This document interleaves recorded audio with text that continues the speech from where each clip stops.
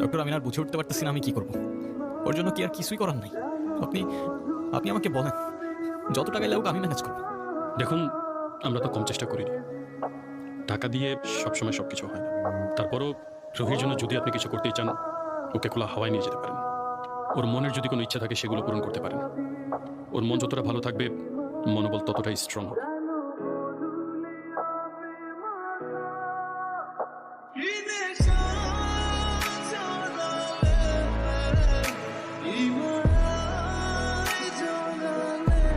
অযথা এসব কেন করছো রেহান? অযথা করছি? অযথা নয়তো কি? আমি আর কদিন বলছি আমরা কে, কতদিন আর কতক্ষণ বাঁচবো সেটা কি আসলেই আমরা জানি? রহি, হিসেব করে লাভ কি বলে? যতক্ষণ নিঃশ্বাস আছে ততক্ষণ না হয় সেই মুহূর্তগুলোকে ঘিরেই বেঁচে থাকি। আজকে আছি, কালকে তো নাও থাকতে পারি। বলো, শুধু শুধু মায়াটা কেন বাড়াচ্ছ? মায়া বাড়ালে যে কষ্টটাও বাড়ে। তাহলে তো খুব চিন্তার বিষয়। এক্ষুনি তোমার মন ভালো করে দিচ্ছি। তুমি কি ভিডিও করতেছো? Yes sir. আমি তোমাকে ছবি তুলতে বলছি, ভিডিও করতে বলিনি। আচ্ছা, তুমি যে আমার সাথে এত দূরে আসছো, তোমার বাসায় যদি জানতে পারে? কিভাবে জানবে? কে বলবে? যদি আমি বলে দেই? আই না, একদম না। বাসায় জানলে আমার খবর আছে। ওকে। তো ফিউচার রুহিকে তোমার কিছু ইচ্ছার কথা বলো, তাই ও দেখে নিতে পারবে যে তোমার ইচ্ছাগুলো আদৌ পূরণ হলো কিনা। ইচ্ছে? আমি তো সেভাবে কোনো কিছু ভাবিনি। তো এখন ভেবে বলো।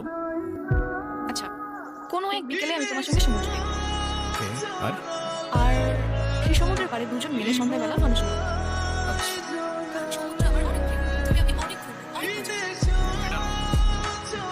এই নাও তোমার বিকেল, আর ওই যে রইল তোমার সঙ্গে। চোখ বন্ধ করো।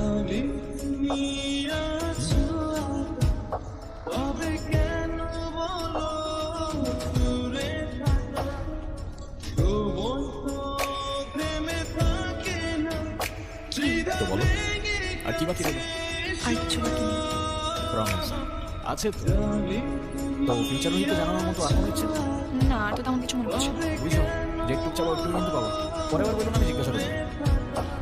আচ্ছা ওয়েট, আমরা ফাংশনের পর ক্যান্ডেল লাইট ডিনার করবো। সাথে থাকবে সমুদ্রের ঢেউ আর বাতাসে থাকবে কাঠগোলাপের সুর। কেমন হবে? নিজের দোষে নিজেই ফাঁসলাম মনে হচ্ছে। আচ্ছা, তো ফিউচার রুহি শুনতে পাচ্ছ?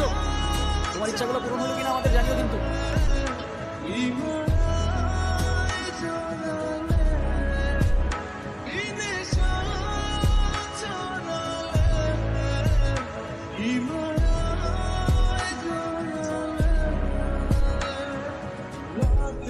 একটাই তো মন আমার, আর কতবার জিতবা?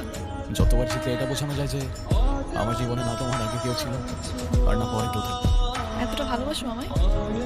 তুমি জানো আমার খুব ভয় হয় মুখে